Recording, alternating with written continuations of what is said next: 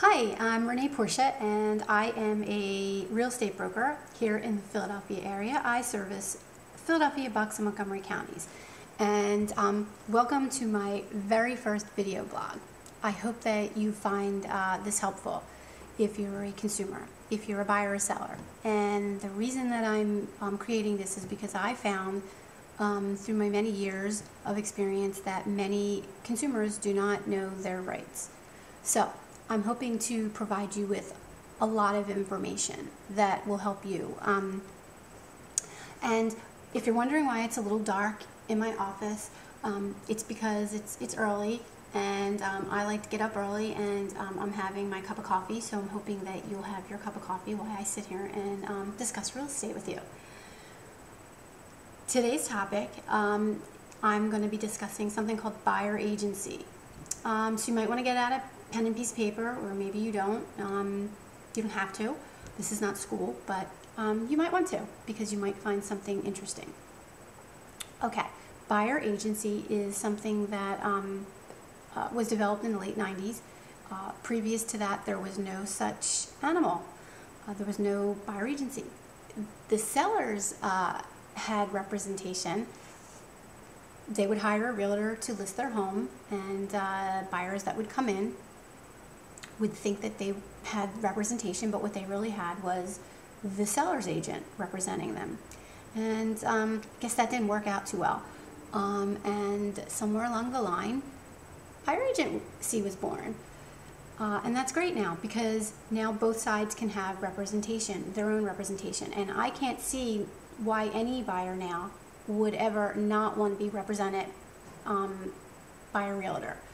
Especially if the seller has representation. I don't know why you would want it to be uneven, the playing field not level, but you know, it is in your best interest. So let me talk about the myth. And the myth is that many buyers think just because you call a realtor on the phone and you say you know, that you want to get in to see a property, and the realtor runs out there to show you the property, which is a whole nother video that I'll get into, without knowing you or anything about you, they think that once they get shown that property, that realtor is their realtor. And that's not true. That realtor is not working for you. That realtor doesn't represent you. So how do you get represented by a realtor? You get represented by a realtor by hiring the realtor, and the only way that you can hire a realtor is in writing, something called a buyer-broker agreement. And the buyer-broker agreement goes hand in hand with a consumer notice. Every realtor in Pennsylvania, when you have a discussion with one, whether it be on the phone, they are to go over the consumer notice with you on the phone before getting any confidential information. Excuse me. Coffee. Anyway, so they're supposed to get, if they get any confidential information from you prior to that, they're supposed to read you your rights over the phone, kind of like your Miranda rights. And I hope that you haven't had your Miranda rights, you know, given to you recently. But it's, you know, anything you say will be used against you. And that is true in real estate.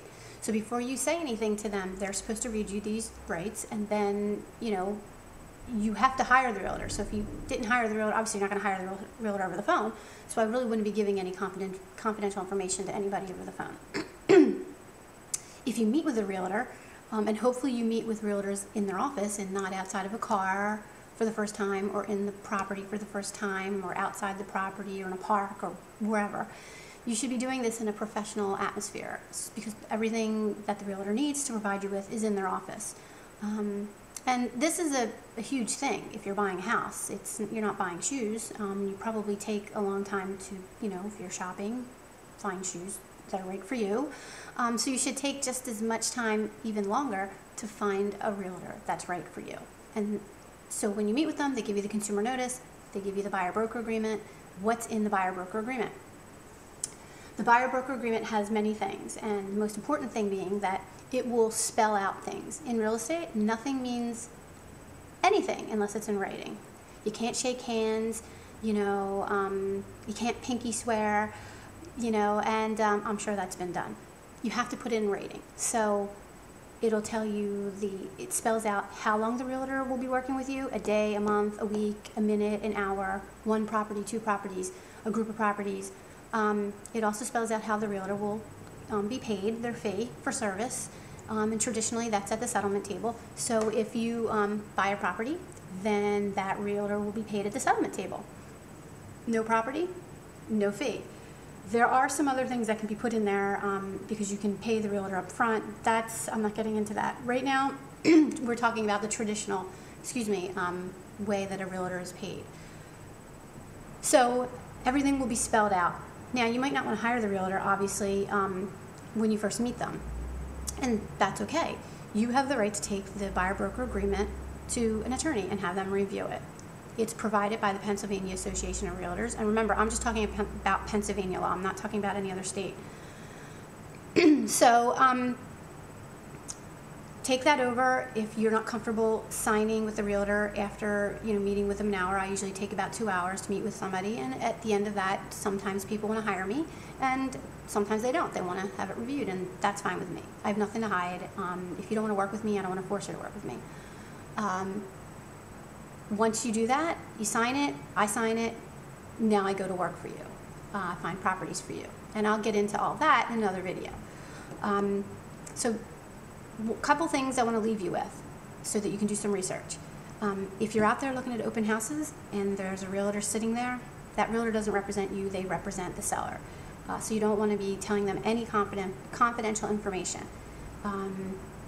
If you're calling the person on the sign outside of a home for sale and you're talking with that realtor, that realtor represents the seller as well. So the bottom line is, until you hire somebody, you could be seeing properties with 1 million agents. It's not, I wouldn't recommend it, because one of those agents might have the house for you. And you may have told one of these agents something confidential. Now that diminishes your negotiating power. And real estate's all about negotiation.